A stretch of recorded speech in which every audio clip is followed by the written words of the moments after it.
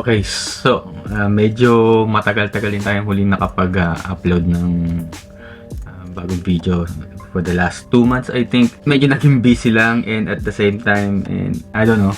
Anyway, I'm back for another episode, and today papakita ko sa inyo yung aking kabina dito sa Norwegian Prima. Alright, so welcome back to my channel, and if you are new here, my name is Francis, and ako po ay isang full-time photographer sa isang cruise ship. Now, you can find me also at my website at www.francisalmores.com. So for those who don't know yet kung nasaan ako, nandito po ako ngayon sa Norwegian Prima. So this is a new build ship from NCL, and this is the first of its class na tinatawag nilang Leonardo class. So as you guys can see, kita ba? Ayan, Norwegian Prima. See? Nice jacket, di ba? So ngayon, papakita ko sa inyo yung accommodation namin dito. Especially yung accommodation ko kung saan mag-i-stay ako until the end of my contract sa December. So until December ako dito. And papakita ko din yung mga some of the unique features na nagustuhan ko dito sa bagong accommodation o bagong cabin namin dito sa Norwegian Prima. So to be honest, napakaganda. Maganda yung kabina dito, accommodation, yung design, some of the new features na in-include nila dito sa crew cabin na hindi ko nakita sa ibang ship. So, I'm gonna give you a tour and let's go! Before I forget, this cabin is intended for one person only. So, this is a single cabin. So, there are some cabin na intended for 2 person only. So on this class of ship, maximum of 2 person per cabin lang. But in my case, mag-isa lang ako sa kabina ko, and yep, solo cabin. So let's go. So let's start with one of my favorite because this include yung parang keycard slot dito, kung saan ilalagay mo lang yung card mo dyan, then magkakaroon na ng power yung buong cabin.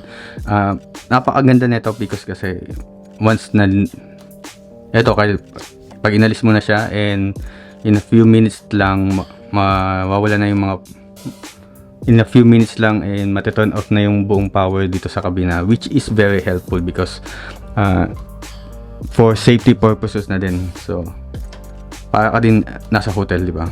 Ayan, and we have a switch here. Yes, and this is, so what I'd like, ang maganda dito is yung color ng wall ng buong cabin is kind of bluish, plus this medyo woody color. Ano ba tawag dito? Medyo wood color siya. Now on the opposite side, so I have this cabinet. Now pag binuksan mo siya dito, so right there, so mayroon din siyang LED light na nagpapailaw sa buong cabinet. So ano to, first time tong feature na to sa buong crew cabin. So yan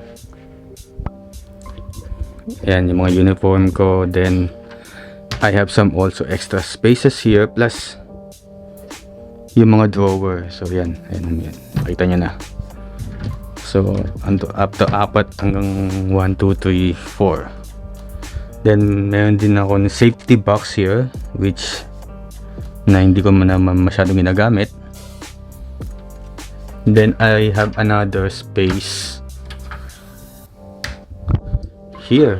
So yan, so you guys can see, may ilaw din siya sa loob na talaga nasa hotel, di ba? Then punta naman tayo sa banyo. Now this is a sharing toilet cabin. So on the other side,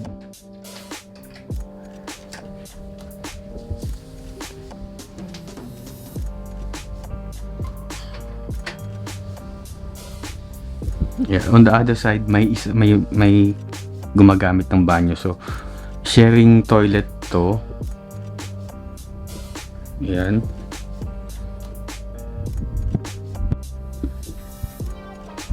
which is napaka space naman siya compared to the other toilet na sa ibang ship.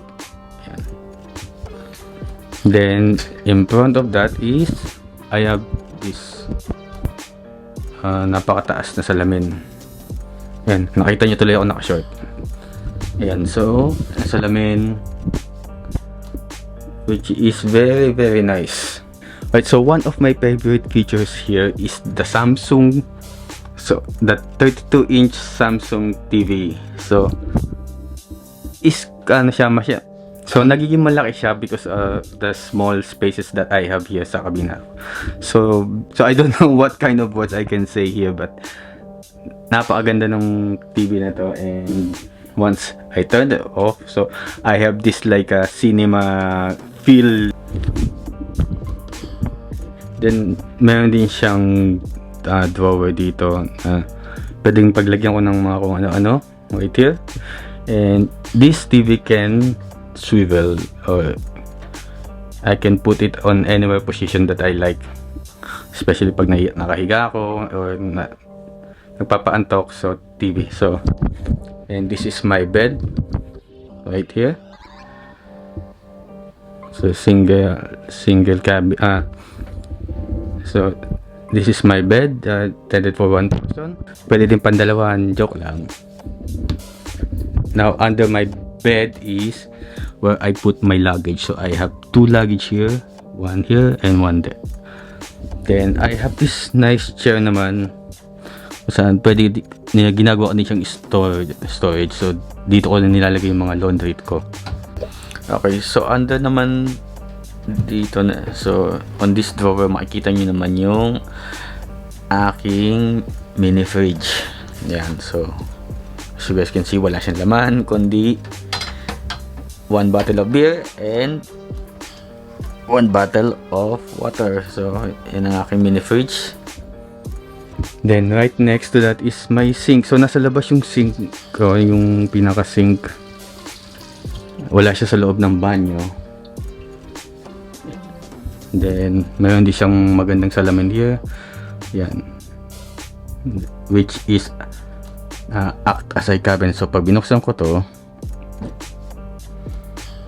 yan, so yan yung laman ng mga toiletries ko, sabon, mga deodorant, shampoo, vitamins, etc. Yan. Then I have this nice little drawer here kung saan pwede pa akong maglagay ng mga kung ano-ano. But I'm trying to as minimal as possible. So hindi ko masyado siyang nilalagyan ng mga kalat. So you guys can see, ito yung salamin. Ito yung ilaw ko. And I have this mini desk. So ito yung baka sabi kong mini studio ko here on board. Saan nag-edit ako ng video, ng pictures, gumagawa ng content. Then and this is one of my favorite as well here sa kabina. So as you guys can see, it is a switch kung saan hindi ko na kailangan tumayo dito papunta sa kabilang switch para lang buksan yung ilaw ng buong kwarto. So habang nakahiga ako, switch ko lang to. Then I have this nice reading lamp kung saan pwede ko pang lagay yung aking reading device na Kindle. Then I have this charging phone, handy phone. Then I have this phone sa kabina. And yeah, and in-include din nila yung ano. So ito din kasama yung mga USB port. Yeah, kung saan pwede kang mag-charge ng mga gadget without having the actual socket here.